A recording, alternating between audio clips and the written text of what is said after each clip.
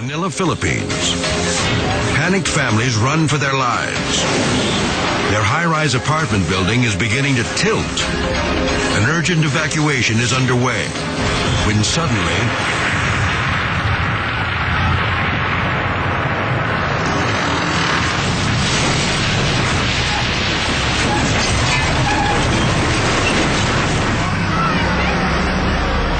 men, women, and children are still running for safety when the foundation gives way. The building rips through power lines, threatening to ignite the entire neighborhood.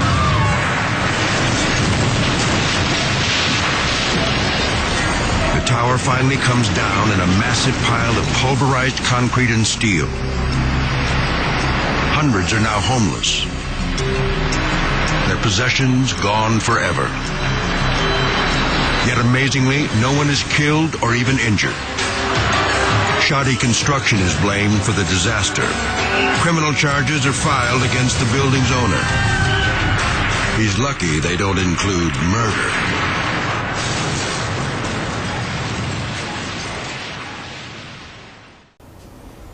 Muito bem, desde o jardim da infância até a minha pós-graduação na COP, na Ilha do Fundão do Rio de Janeiro, eu estudei em escolas públicas.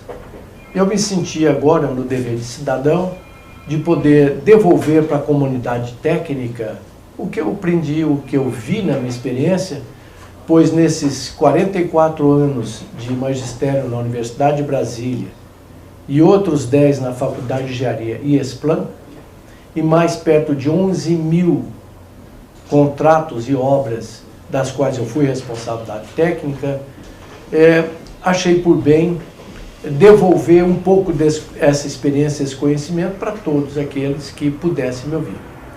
De uma forma surpreendente, eu verifiquei que o número de acessos e interesses e perguntas e e-mails foi muito maior do que eu realmente esperava. Por isso, vamos reiniciar toda a contagem de acessos agora, porque eu quero então já começar a explicar algumas coisas que me perguntaram e responder alguns quesitos.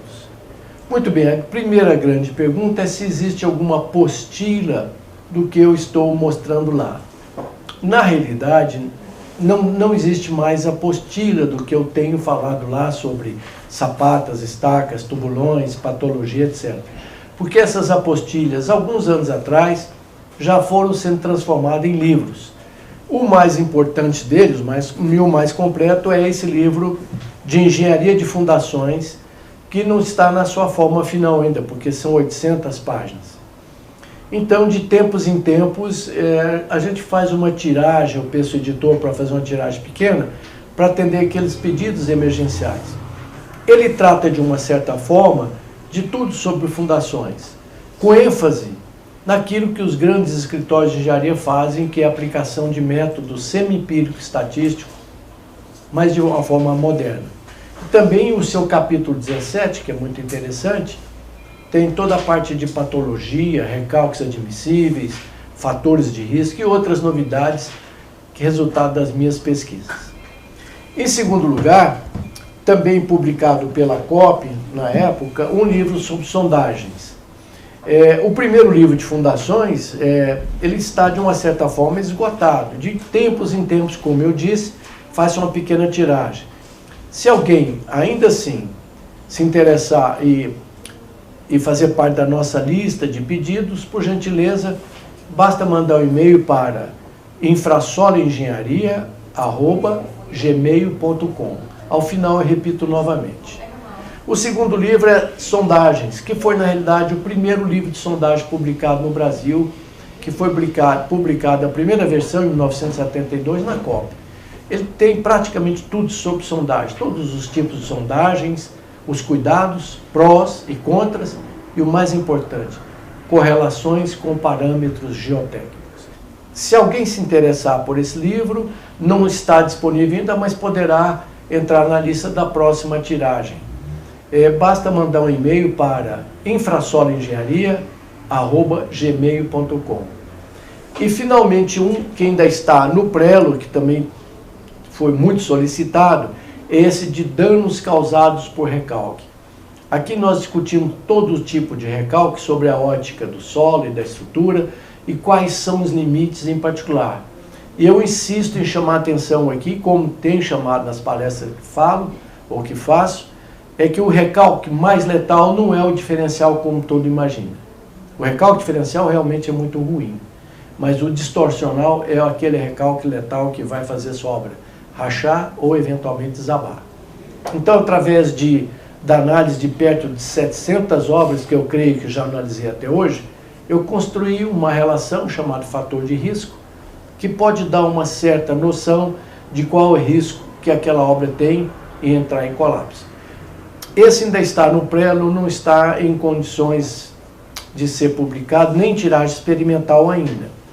Mas, se alguém precisar de alguma coisa de forma mais assim, urgente, premente, manda um e-mail para mim. Quando eu tiver um tempo, eu mando a resposta ou mando tabelas daquilo que se precisa. Se bem que a parte central está nesse livro aqui. Então, agradecendo a Infrasolo e a Fundex de Brasília, nós passamos agora a essas aulas do YouTube, que vamos começar a recontagem depois dessas explicações. Só espero poder ter sido útil. Como eu disse na primeira aula,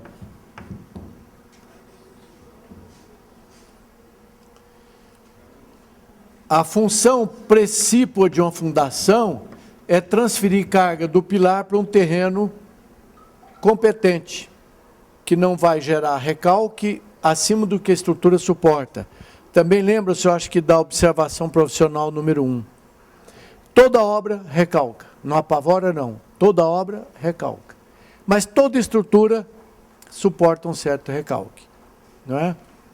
Então, elas são capazes de transferir carga por atrito lateral, porque em face da sua profundidade, a sobrecarga de solo é tão grande que força a ruptura a vir pelo fuste. E quando há movimento relativo, ou seja, esse grão não movimenta, esse fica parado, gera-se então a tensão cisalhante, também chamada de shaft, que é fuste, friction, atrito, e que denomina-se quando é pressão, ou seja, resistência unitária, de R minúsculo L. Quando é força, R maiúsculo. A mesma coisa a resistência de ponta. R maiúsculo é força e R pequeno pressão. Então, a fundação profunda é uma que é capaz de transferir carga por atrito lateral e por ponta. Pergunta típica, por quê? Porque em face da sua profundidade, seria impossível movimentar toda essa terra igual fundações superficiais. Portanto, ela força a ruptura por aqui. E vale observar que esse bulbo de solo que trabalha para a ponta, normalmente não é só a parte de baixo da estaca ou do tubulão, mas é um pouquinho acima, normalmente 1 a 2 vezes o diâmetro do fuste, também acima. Então, a superfície de ruptura, nesse trecho, não passa pelo fuste. Portanto, nesse pedacinho aqui, que costuma ser por volta de 1 metro, não há contribuição de atrito lateral, só de ponta. Alguns autores, inclusive eu, recomendam também jogar fora a contribuição no primeiro metro. Não trabalha por atrito lateral. Por quê? Tem bloco de fundação. Segundo fato, geralmente é solo ruim. Terceiro fato, no futuro alguém pode escavar. Então, esse primeiro metro não contribui com nada. Alguns autores, inclusive eu não considero esse metro e nem esse.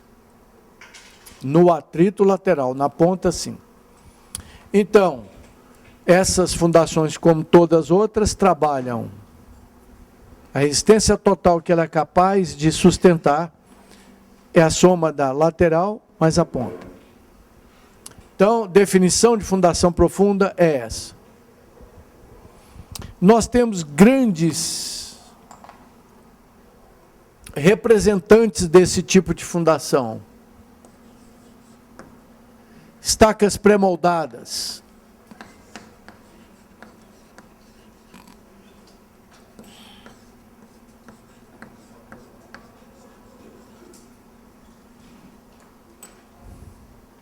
Mas antes eu vou colocar 2 conceitos. Por gentileza, desconsidere isso.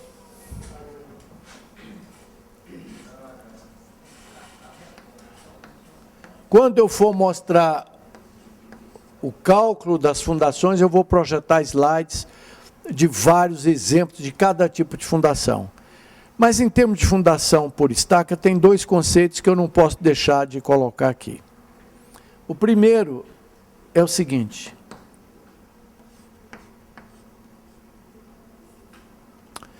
fundação escavada.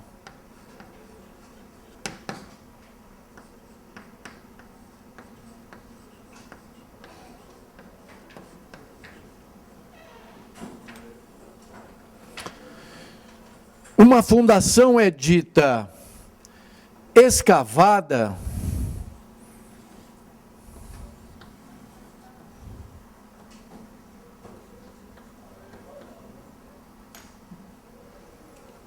tem vários processos de executar a fundação. Uma delas é escavada. E ela é dita escavada é quando o solo sai. Por que que isso é importante? Porque vai reinar aqui um empuxo ativo.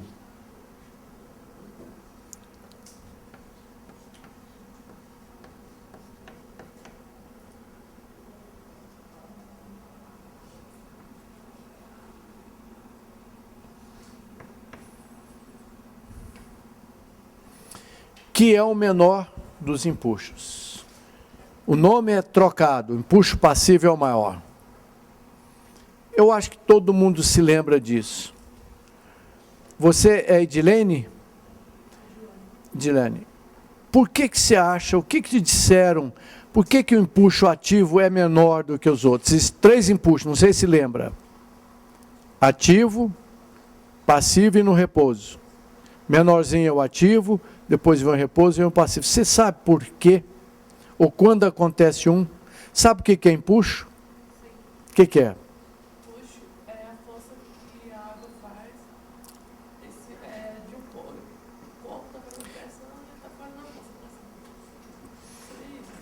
É. E no solo, o que que é empuxo? Você já estudou estabilidade de talude? Sim.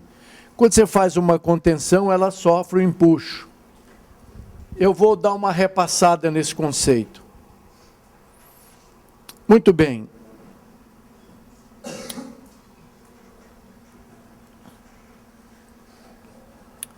Quando se faz uma escavação de subsolo, com ou sem cortina, isso já foi visto lá em Geotecnia 2, estabilidade de talude, etc. Por que que alguém imagina que isso pode desabar? O que que está, eventualmente, forçando isso para desabar? Que pode soterrar pessoas aqui. Aqui na nossa região, morrem 3 pessoas por ano, soterrado em valetas ou em subsolo. Alguma coisa faz essa massa de solo escorregar para lá. Alguém sabe me dizer o que é que faz isso? Porque o solo não cai de graça. Na natureza, nada é de graça. Empuxo do solo. O solo gera uma força horizontal chamada empuxo. Então, se você escava o solo, ele começa a te empurrar com uma força chamada empuxo. Na natureza existem 3 tipos de empuxo. O empuxo ativo, que é o menor deles.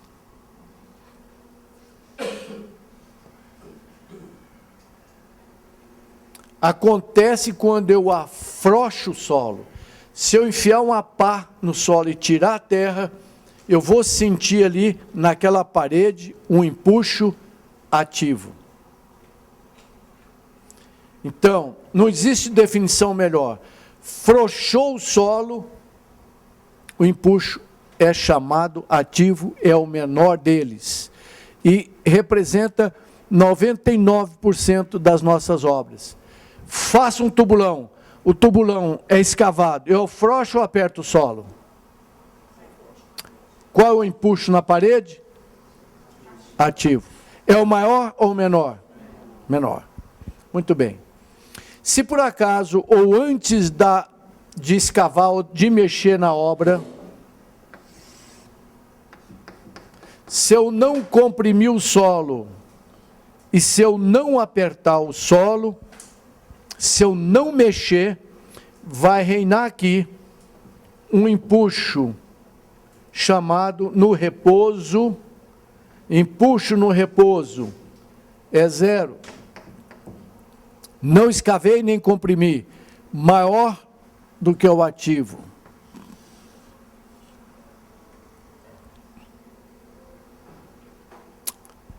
Puxo no repouso.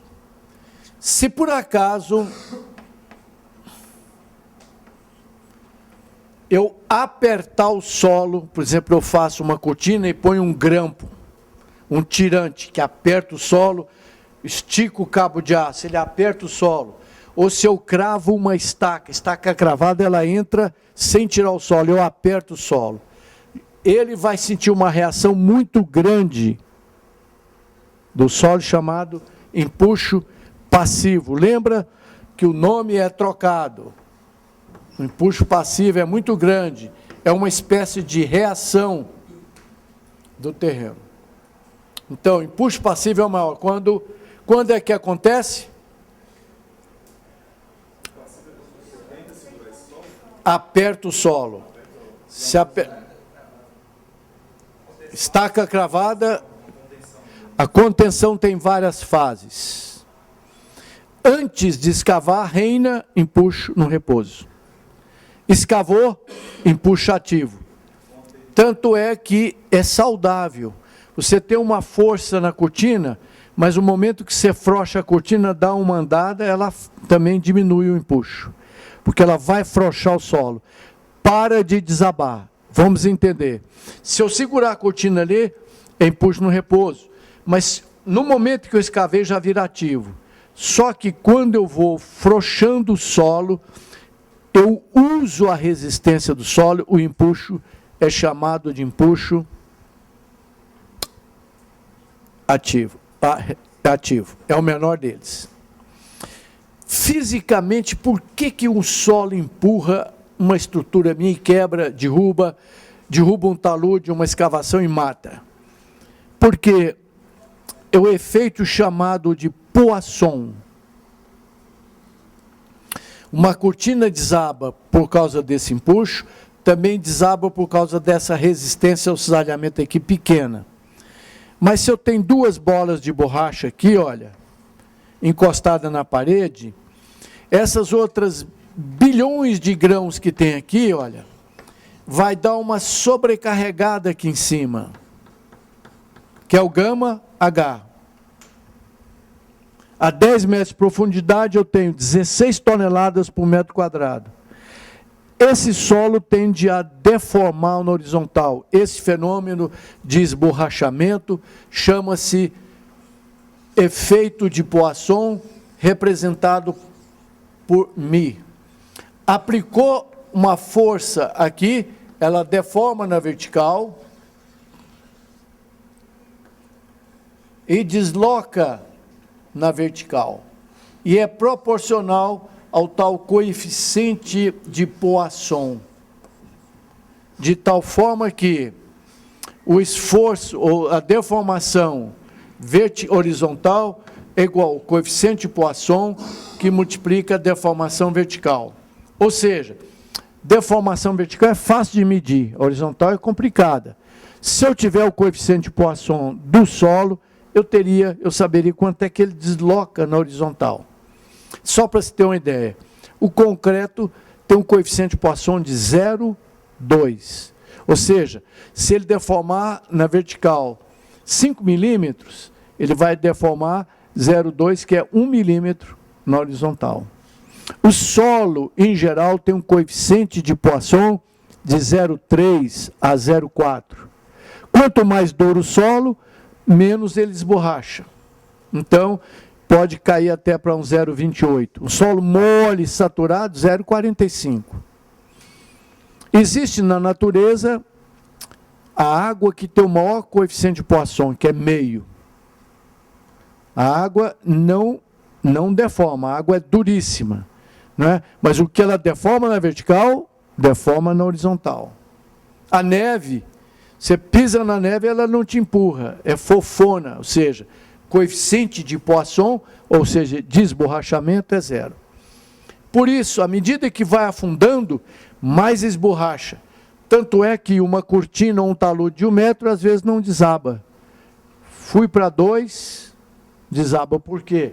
Eu tenho uma pressão vertical grande, ela vai deformar muito, vai empurrar a cortina. Além do efeito do cisalhamento. Então, esqueci seu nome de novo. Edilane. Quando é que acontece o empuxo ativo?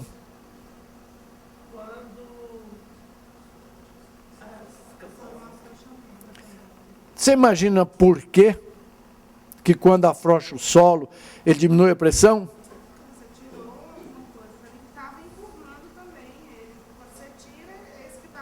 Vem cá de novo, já que eu sou excelente cobaia. Claro. Já virou top moda, âncora. Você só vai para o Brasil inteiro. Está quase chegando nos 12. Só 10, então vai contando. Muito bem, o solo, de uma certa forma, tem uma coesão como se fosse uma molinha aqui, olha. As areias não têm, mas o solo geralmente tem. Então, chega aqui, por gentileza. Você é um grão de argila, eu sou outro. Você prefere areia? Não, mas argila é melhor. Vamos lá. Estamos aqui, gera um empuxo aqui, mais aí. Está sentindo aqui mais ou menos meio quilo por centímetro quadrado. Muito bem, vem alguém e resolve fazer uma escavação. Eu vou afastando aqui. O que você sentiu? Não, calma. Não, pode vir. Pode até vir, mas vamos lá. Então vamos lá, meio quilo de novo. Um pouquinho mais, aí, meio quilo. Estou afrouxando, o que aconteceu? Aumentou ou diminuiu? Aumentou a força que você tinha. Não, um empuxo. Vamos de novo. Eu estou aplicando o empuxo no repouso. Vamos lá, no repouso. Meio quilo por centímetro quadrado. Ninguém mexeu, nem você, nem comigo. Aí veio fazer uma escavação. Aí começa a tirar o solo daqui. O que você diminuiu? O que você sentiu aí? Eu vou junto. Ou depende. Ou qual foi o empuxo aqui? 0. Daí pra não, 0. Pode ser 0 ou não. Vamos de novo. Está ficando bom isso aqui. Vamos lá. Você tem um empuxo aqui no repouso, mais, meio quilo, aí, meio quilo. Escavei a obra, o que você está sentindo no empuxo aí? Aumentou ou diminuiu? Diminuiu. Pois é, interessante, quando eu afrouxo o solo, diminui, porque estou usando a resistência do solo, a menos que você caísse em cima de mim, aí é desabamento, é outra história. Então, eu uso a resistência dela. E no solo, normalmente, tem efeito de, nas areias, efeito de tempo e tal, e tem outra argila segurando ela aqui, ó, coesão. Entendeu? Por isso. Por que então o empuxo ativo é menor? Porque usa a resistência do próprio solo a meu favor. Tanto é que, de novo, mais uma vez só, é 11, hein? Cuidado, você só tem mais uma. Meio quilo, aí só tem 0,3. Interessante, a cortina sentiu meio quilo, começa a dar problema. Mas quando ela flete ou inclina, alivia, ela para. Né? Em vez de ter 50 toneladas, passa por ter 10. Muito obrigado. Entenderam, então? Frouxou é o empuxo menor. Apertou é o empuxo maior. Por quê? Efeito de Poisson e, eventualmente, cisalhamento aqui. Tá certo? Bom, o que segura uma argila na outra? É o fenômeno chamado coesão. Vamos avançar um pouquinho. Já sei que vocês já sabem. Vamos recordar. Quando a estaca tende a descer e romper, vai ter uma resistência ao cisalhamento que segura a estaca até ela romper.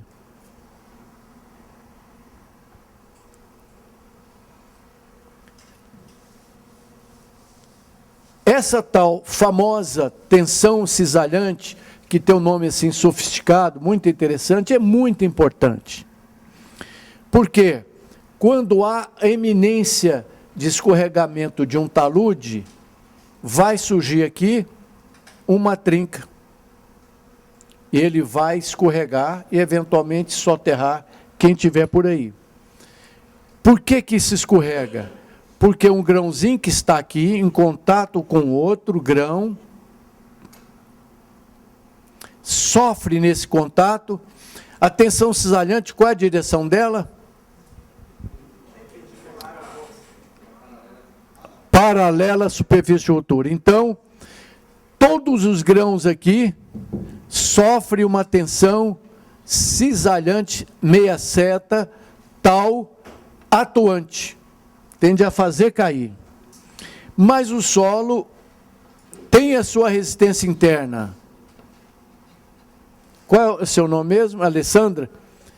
Como ela tinha resistência interna, ela não desabou. Podia ter desabado. Se eu aumentar a profundidade, cada vez aumenta mais isso daqui. Chamada tensão cisalhante, que me ajuda, que segura, é a resistente. Um fulano, lá em 1770, conseguiu equacionar essa tensão. Nós, engenheiros, gostamos de duas coisas, gráficos e modelos matemáticos. Ele modelou, isso era muito bom. Alguém se lembra o nome? Lembra do Terzaghi, que falou de recalque? E quem falou de resistência? São dois fenômenos diferentes. Quem? Newton não. Quase, era muito inteligente também. Coulomb, aquele mesmo da eletricidade. Conta os historiadores que o Coulomb era um sábio da corte. Naquela época, 1770, se não me engano, ele tinha que ser engenheiro, projetista, astrólogo, médico, curandeiro, etc. E se ele morreu velho. Morreu velho porque era sábio, porque aqueles camaradas que errassem, era degolado. Então, ele era projetista de castelo, e naquela época os castelos eram, além de residência, era uma fortificação, por causa das guerras. Então, se escolhia montanhas ou taludes, quanto mais íngreme, melhor, porque dificultava o adversário em jogar pedra, catapulta, não sei mais o que era comum naquela época. E o pior ainda, às vezes fazia um poço aqui, olha, enchia de arame farpado, jacaré, caco de vidro, para dificultar os invasores. Via de regra, e rolava um pescoço. O Coulomb, antes de projetar, ele procurou saber como é que ele poderia prever essa possível superfície. Ora, ele sabia que aqui vai ter uma tensão cisalhante puxando para baixo. Por que que é cisalhante? Porque é paralela à superfície de ruptura, ela muda de direção. E aqui, em compensação, eu tenho um solo que me ajuda, chamado tensão resistente. O que que faz? Esse cálculo da tensão atuante é fácil.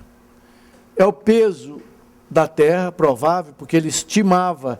Hoje ainda a gente supõe que é uma superfície de ruptura, existem programas até bons para calcular isso.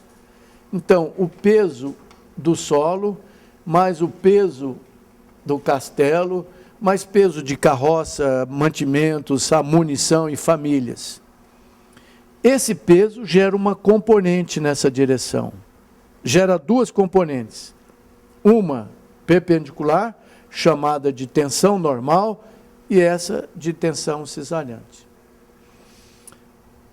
Depois de alguns estudos, ele concluiu que a tensão cisalhante resistente, que é o solo, que é a resistência da Alessandra, porque ela não caiu, né? Vale coesão mais tensão normal, que multiplica tangente do ângulo de atrito. Vocês viram isso demais, né?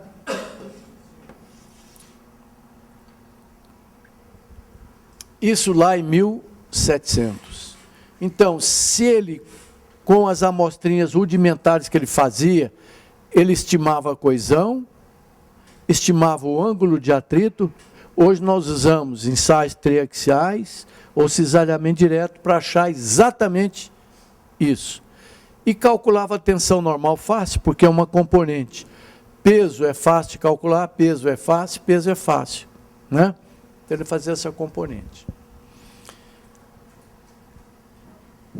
Passado algum tempo, o Terzaghi disse, olha, a tensão cisalhante que resiste é a coesão mais a tensão normal menos a pressão da água, vezes tangente de φ.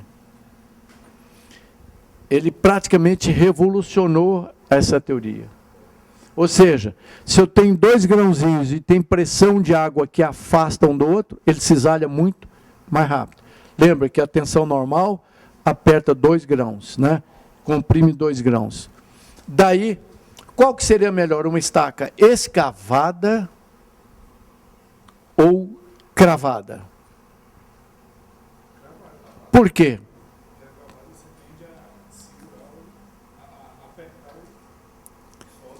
Quando eu aperto, qual eu empuxo? Olha, gente, chega a ser 10 vezes maior do que o ativo. E o que esse empuxo na estaca importa? Por que a estaca cravada leva essa vantagem? Alguém?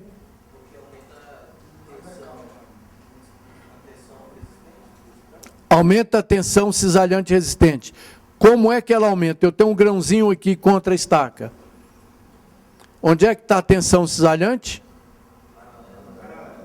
Aqui é vertical, né? E a tensão normal? Que depende do tal empuxo. Quanto maior o empuxo, maior a tensão normal. Entenderam? Então, se eu tenho uma estaca cravada, eu vou ter um empuxo alto, vou ter uma tensão normal alta, vou ter uma resistente alta e o talude não vai desabar. Tá certo? Um solo compacto, normalmente tem uma tensão alta, ele é compactadão. Ele comprime mais um grão contra o outro que um solo fofo.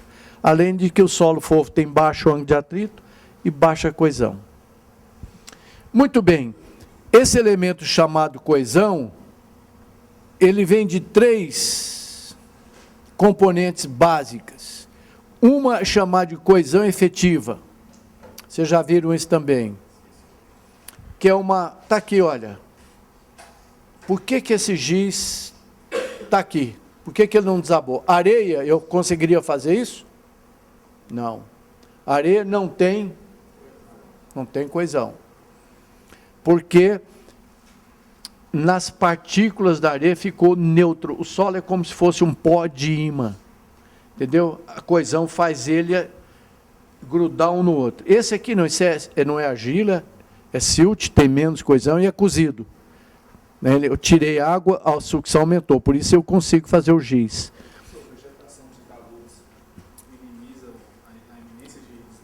As raízes ajudam a segurar e evita erosão. Gramar rápido um talude. Gramar. Tem certas situações que a raiz pode puxar o talude para baixo. A árvore tende a crescer na vertical, ela pega um ventão, ela pode forçar o talude. Mas, em geral, não é escorregamento grave, é desplacamento superficial. A recomendação é grama rápido, porque a grama tem raiz de 1 metro. Então, ela estabiliza a superfície.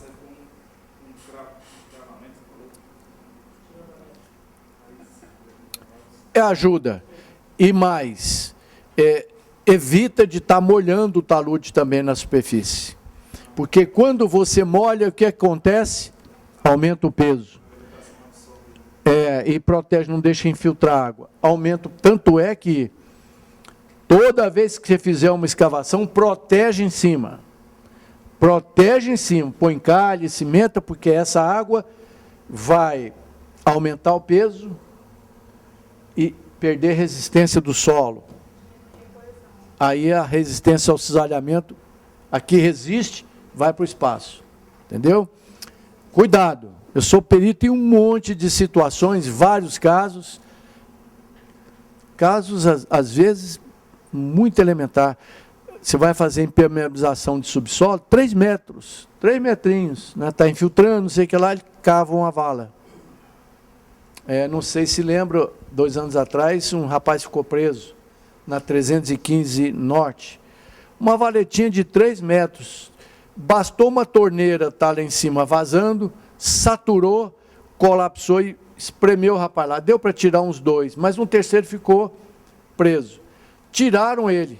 Mas o problema da pessoa quando fica preso muito tempo é a intoxicação. Né? Não tira o tóxico pelo sistema linfático. Ele morreu intoxicado depois no hospital, tal, bem cuidado e tudo mais. 3 metrinhos. Muito bem. Então, essa coesão, que é a molinha que segura, aquela molinha que segura, vem de uma coesão chamada efetiva. Ninguém sabe bem, mas é uma atração atômico-molecular. Lei de Kepler, né? 2 massas se atraem, proporcional, um monte de coisa. Mas a sucção, que isso é coisa que veio agora, em 1950, com o canadense.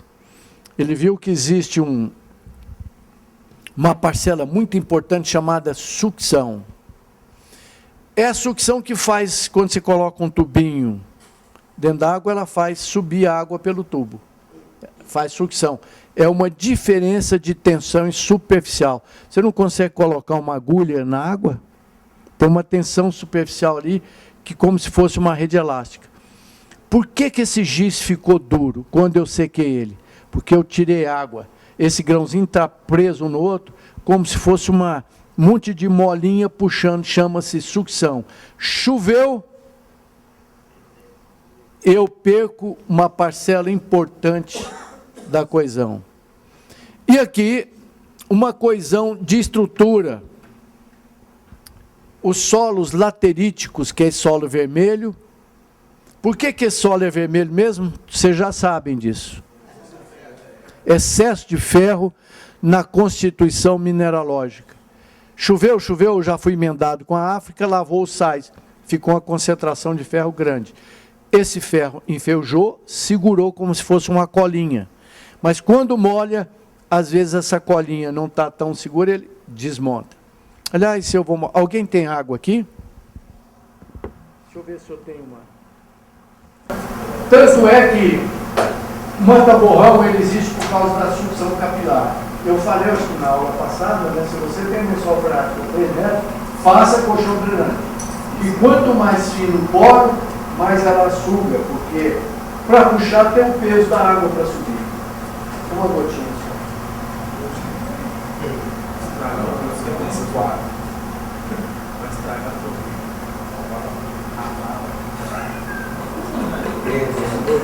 Bom, muito bem. Eu tenho aqui uma partícula de argila e aqui uma outra partícula de argila. Muito bem. Quando eu diminuí o tamanho dos poros apertando aqui, eu diminuí também, aumentei a sucção, porque diminuí o poro, diminuí o peso. Tenta puxar esse biquinho para baixo aí.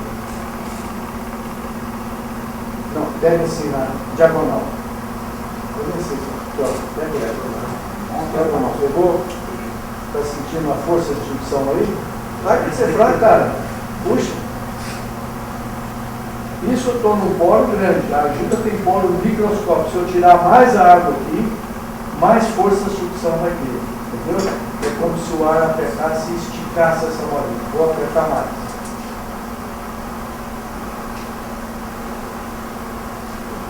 Choveu, perdeu a sucção, perdeu uma parte importante da coesão.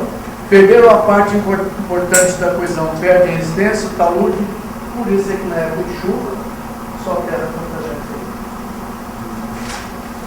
Vai passando, pessoal, dois podem fazer essa experiência, um segurando embaixo, outro em cima. Você chove, você está a resistência ao banho. Chove, eu pego essa coesão, pego a sucção, que é importante, isso aí é fraco, é muito forte as coisas. Eu queria fazer uma pergunta, por que se eu virar o vidro, esse sai fácil? E assim não. Cisalhamento zero. A água não tem resistência, por isso é que ela é livre. No momento que eu viro, onde é que está a superfície? Ou na horizontal? Onde é que está a superfície cisalhante? Na horizontal. Pressão cisalhante, zero. Pressão cisalhante da água, zero. Por isso ela é livre. Mas a sucção está aí. Entendeu? Vai passar. Quando chove, aumenta a pressão da água. É como se eu tenho uma pressão normal apertando. Além de tudo, eu perco muita coisa. Perco a coesão efetiva, perco pouco. Perco muita sucção. Dissolvo o cimento, que pode ser alumínio ou certo? Aumenta a pressão neutra ou pressão da água.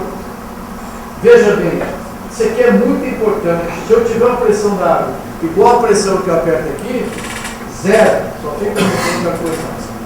Isso aqui é a tensão normal, tá vendo? A superfície de altura está aqui, a cisalhamento aqui é normal. Se eu injetar água sob pressão, ou seja, fazer uma obra submersa, a cada 10 metros é 1 kg por centímetro quadrado. O seu carro aplica uma pressão no chão de 1,5 kg. Então aumenta a pressão da água. Ele afasta o grão. Chega a um ponto tal, se for uma areia redondinha, areia não tem coesão. Só depende disso. A resistência dela. Areia não tem coesão. Se for um grão redondo, eu enfiar tanta água aqui que anula essa pressão normal, isso vai a zero.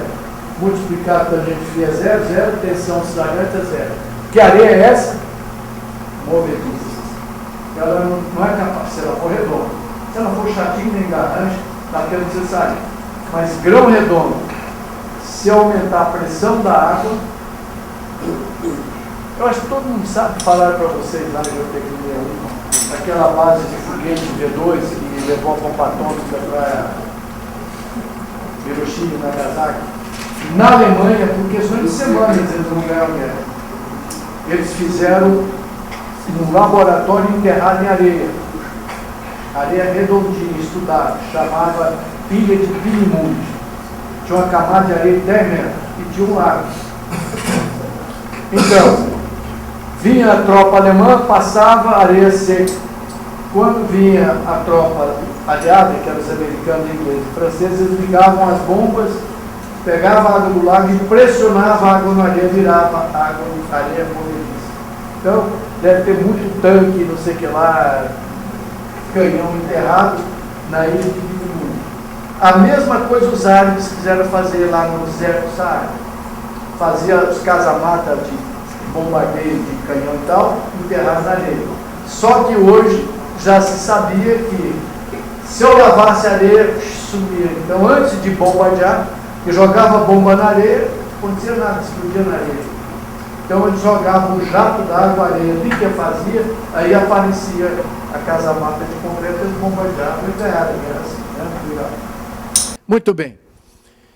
Então, isso cai por causa disso. Isso segura a estaca por causa da tensão resistente, que depende da coesão, que tem coesão efetiva, sucção, coesão da estrutura. E tem a pressão neutra. Chove, aumenta a pressão neutra. Chove, diminui isso. Diminui isso. Chove, aumenta o peso, que é o que está puxando para baixo. E as nossas obras recalcam, soterram, desabam na chuva. Alguma dúvida até aqui? Então vamos para uma observação profissional muito importante. Não faz parte desse curso, mas é vital.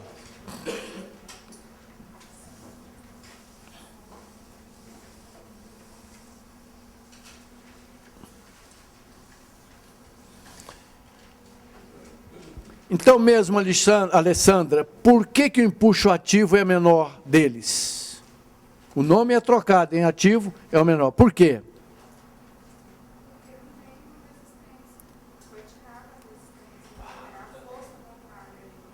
Quase. Por quê? Alguém? Eu uso a própria resistência do solo, mas às vezes o solo também não resiste. Você podia ter caído em cima de mim, aí já é ruptura. Aí desce tudo. O que aconteceu? A tensão cisalhante aqui atuante foi maior do que a resistente. Normalmente se usa coeficiente de segurança 1,5. A resistente tem que ser pelo menos uma vez e meia maior do que a que está empurrando. São duas coisas, né?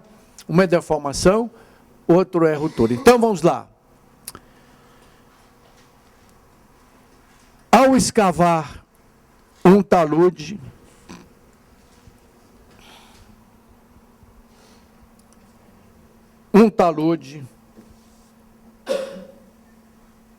ou até em costas naturais. Por que escorre tanta montanha e mata milhares de pessoas todo ano? Chuva. Molhou a encosta, diminui a resistência cisalhante resistente e aumenta a atuante, que aumenta o peso, diminui, escorre. Tem mais ou menos 8 itens que é bom estar observando em quem mora em encosta e tal. Já até passei isso para a Defesa Civil. E interessante, depois que eu fiz uma pesquisa nos escorregamentos aí do Peru, do Chile, do Brasil, todo mundo acha que era uma chuvona que fazia descer. Tem vários parâmetros. Inclinação de mais de 25 graus, cuidado. Certo? Anda em cima, na coroa, lá em cima na mata, tem alguma trinca, cuidado.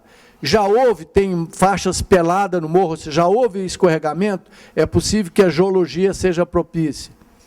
Tem uma camada dura em cima de uma camada mole, 5, 6 metros, vira um escorregador, porque a água vai ali, na interface, tira a resistência cisalhante, mole. Se tem blocos de pedra, muda, vende a sua, sai, não entra, não vai fazer férias, nem passar feriado nessas pousadas. Se tiver blocos de rocha em cima, chama, já eu te dou o nome, é o nome francês. Porque se amolecer, o bloco de rocha vem como uma bala de canhão, quebra tudo. Me fugiu um nome aqui.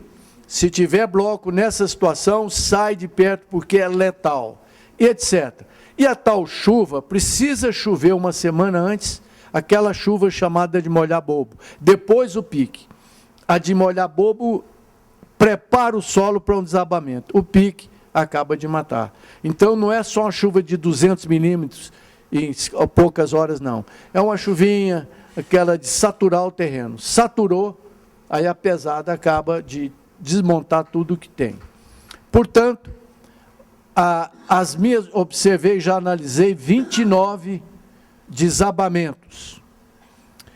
Como o solo tem uma certa coisa, mas o solo não resiste à tração, no momento em que você escava, gera um empuxativo, isso dá uma mexidinha. Pode apostar. Se for uma cortina de destaque, ela anda. Se for um talude, ele deforma. Quando ele deforma, traciona. O solo não suporta a tração, então dá uma trinquinha aqui. Depois dá uma outra trinquinha aqui. E depois pode, eventualmente, dar a trinca letal. Segundo as minhas observações, não é nada que tenha rigor absoluto. Se essa trinca estiver na parte horizontal, pode anotar isso como observação profissional importante. Se essa distância estiver aproximadamente igual à metade da altura ou até 1/3, é sinal eminente de desabamento. Então, Quando a trinca, não é aquelas trinquinhas bobas iniciais, não, que a tração é normal acontecer. Não existe trinca boba, tá certo? Aliás, pelo contrário, muito inteligente, tapei a gente. Mas, todos os taludes que eu examinei, não falhou essa regrinha. Você tem uma escavação de 3 subsolos, 9 metros de profundidade. Fica olhando para cima, vai lá em cima, examina. Se tiver uma trinca a 3 metros ou uma trinca até 4,5, ela vai estar ligada à superfície potencial de altura. Vai entrar água, vai amolecer exatamente onde a tensão atuante é a maior. Entenderam? O que é que se faz? Urgentemente, viu uma trinca, independente de achar se ela é pitbull, se vai morder ou se só late, enche ela com a pastinha de cimento e água, um por um. Urgentemente, colmata a trinca. Se você morar num pé de um morro, tiver uma trinca lá na coroa, lá em cima, enche essa trinca e fica observando se ela abre, etc. Se abrir, colmata de novo, e se tiver nessa posição, chama um especialista. É perigoso. Bom, aqui na cidade, ainda além de tudo, cimenta a parte de cima, calha. Eu sou perito de vários casos assim, sabe? Escoraram, até que botaram um cimentinho em cima, mas saturou, soterrou um ou 2 operários. Às vezes dá para tirar, quando soterra uns 3 ou 4, você escava. Pior é que como é que você salva uma pessoa? Pá mecânico você não pode usar, pode matar. Tem 3 caras enterrados. Picareta, pior ainda, pai. Então tem que ser na mão. Escava rapidinho, aparece o dedão do pé de um, aí você escava e puxa ele. Né? Enfia a mão na língua e tira a terra. Porque ele tenta... Aqui, nessa argila porosa do Brasil, ele resiste 1 hora enterrado. E ele tenta respirar, engole terra. Você enfiou a mão, dá um banho nele, costuma salvar com 1 hora. Se der sorte ter tábua, caixote, ele respira mais ainda, sobrevive mais tempo. Façam a proteção em cima.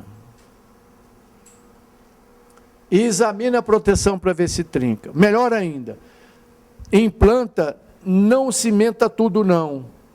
Deixa um trieirinho, uma faixa sem cimentar, porque aí você vê eventual trinca aqui. Não sei se lembram, há uns 10 anos atrás, um hotel no setor comercial sul, de um turco. E turco costuma ser meio pão duro, né? Escavou 12 metros e não tinha jeito de ele fazer a cortina, porque era cara. Tinha que estaquear e tal. Furou no peito. Muito bom. Eu avisei o engenheiro, olha para as tais trincas, coloca, nós até desenvolvemos para ele um alarme com cabo de aço de fio de freio de bicicleta, com um relézinho de contato, né? Toda vez que movimentava o talude, tocava uma sirene ou a campainha e todo mundo saía da obra. Eu acho que eu pus tanto medo nele, que quando rompeu o talude, tinha mais ninguém, ele tirou todo mundo umas horas antes. Mas muito bem, a obra era muito apertada, fizeram o canteiro de obra em cima do paramento horizontal, que era o único espaço que tinha. Mas ele, atendendo minhas recomendações, deixou uma faixa sem cimento, e examinava essa trinca todo dia e tal. Começou a ficar muito crítico, eles interditaram a rua. Botaram os cavaletes e interditaram a rua. Mas nisso, o outro vizinho começou a construção de outro hotel, fazendo também o seu subsolo. Um caminhoneiro que vem entregar areia para esse hotel A, apesar do cavalete estar aqui, ele tirou o cavalete, o vigia daqui avisou, olha, não tira porque está trincado, esse troço pode desabar. Ele falou, não, é só 5 minutos, eu só vou tirar o cavalete, correr lá, entregar o borderô para o vigia assinar que está recebendo 5 metros de areia, depois eu volto. Então ele estacionou o caminhão aqui, enquanto veio na portaria desse prédio de carro. Ele veio correndo aqui, entregou o borderô, e que ele voltou, tinha mais nem caminhão, nem nada. E o pior é que eles limparam e refizeram a obra sem a cortina. Quer dizer, foram fazendo o subsolo e escorando, né? Aproveitando e subindo a cortina. Ninguém morreu. O nosso amigo lá teve um prejuízo de 1/3 só do que ele gastaria na cortina, isso não é exemplo para ninguém. Mas a grande vantagem é que aqui, olha, passava uma rede de 24 mil linhas telefônicas para o Senado, Câmara dos Deputados e tal. O pessoal ficou uma semana sem trabalhar, o Brasil, olha, cresceu para burro.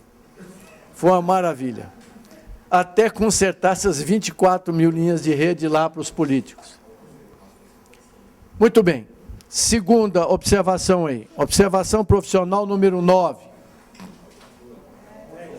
10. 11.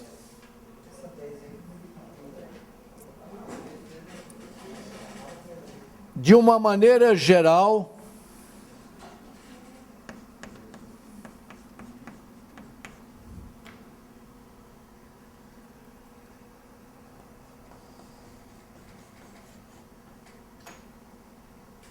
mas não pode ser tomado como regra absoluta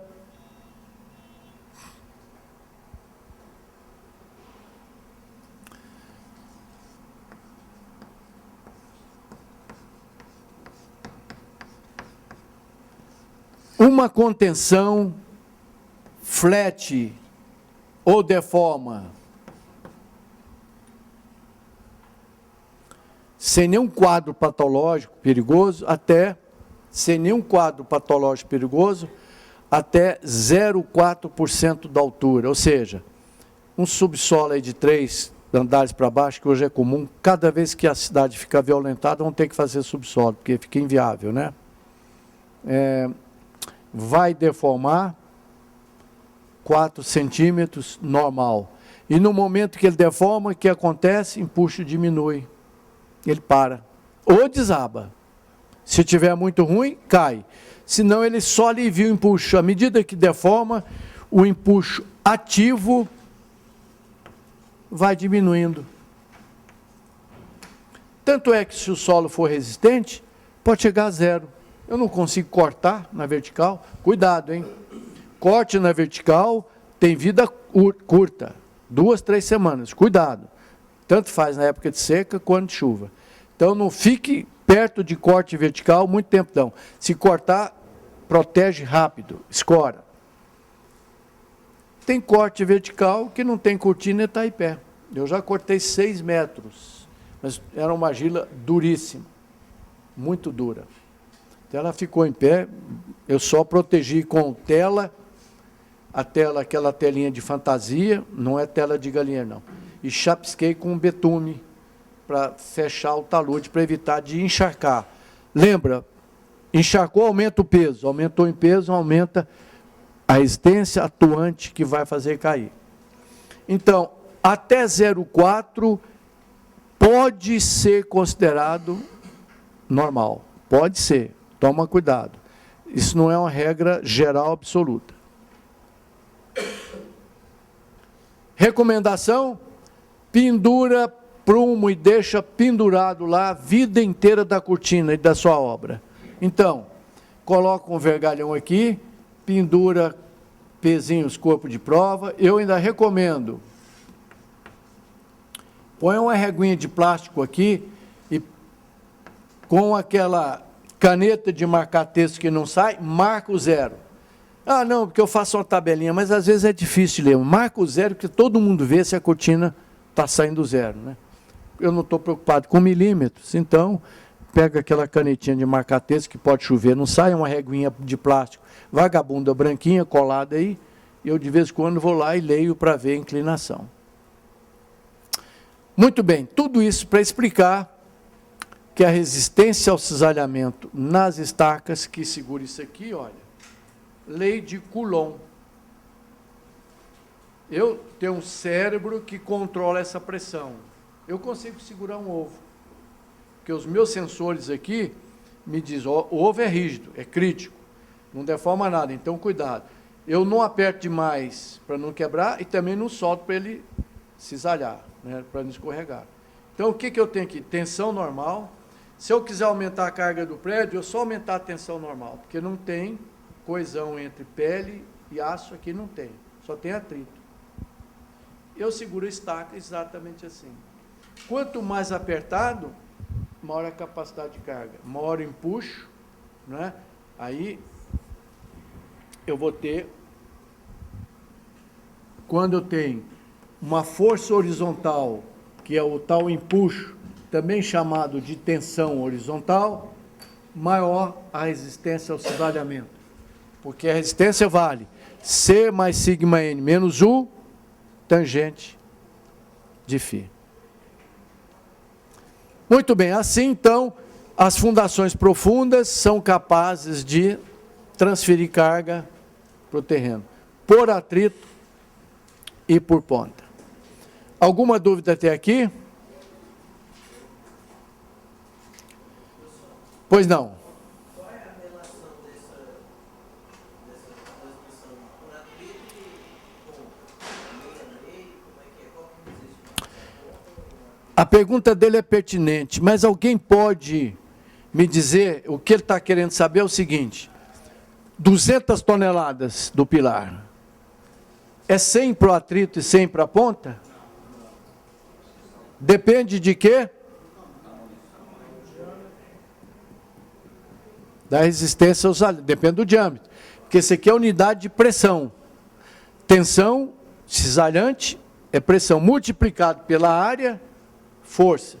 Quanto maior o diâmetro, mesma tensão, mas dá uma área grande, lateral, é πd vezes tal. Então, na realidade, não existe, viu, uma relação fixa. Tá? Eu não gosto muito de confiar em atrito lateral, eu prefiro fazer o que a Bíblia diz, ponta em terreno firme. Mas estacas escavadas com máquina fica sujeira. Tanto é que as normas recentes estão dizendo, olha, não confia muito na ponta, que é o que era ideal, porque uma estaca que tem muita resistência de ponta é porque tem terreno bom lá embaixo. Quando o terreno é bom, tem coesão alta, atrito alto, tensão cisalhante e compressão alta. Mas tem sujeira. Lembra do recalque imediato? Primeira aula? Muito bem. Alguma sugestão ou dúvida até aqui? Então, até terça-feira que vem, onde nós continuaremos vendo todo tipo de fundação. Estaca trado, estaca de solo de cimento, pré-moldada, Strauss, hélice, Frank, etc. E depois, tubulões, e vamos andando com o curso.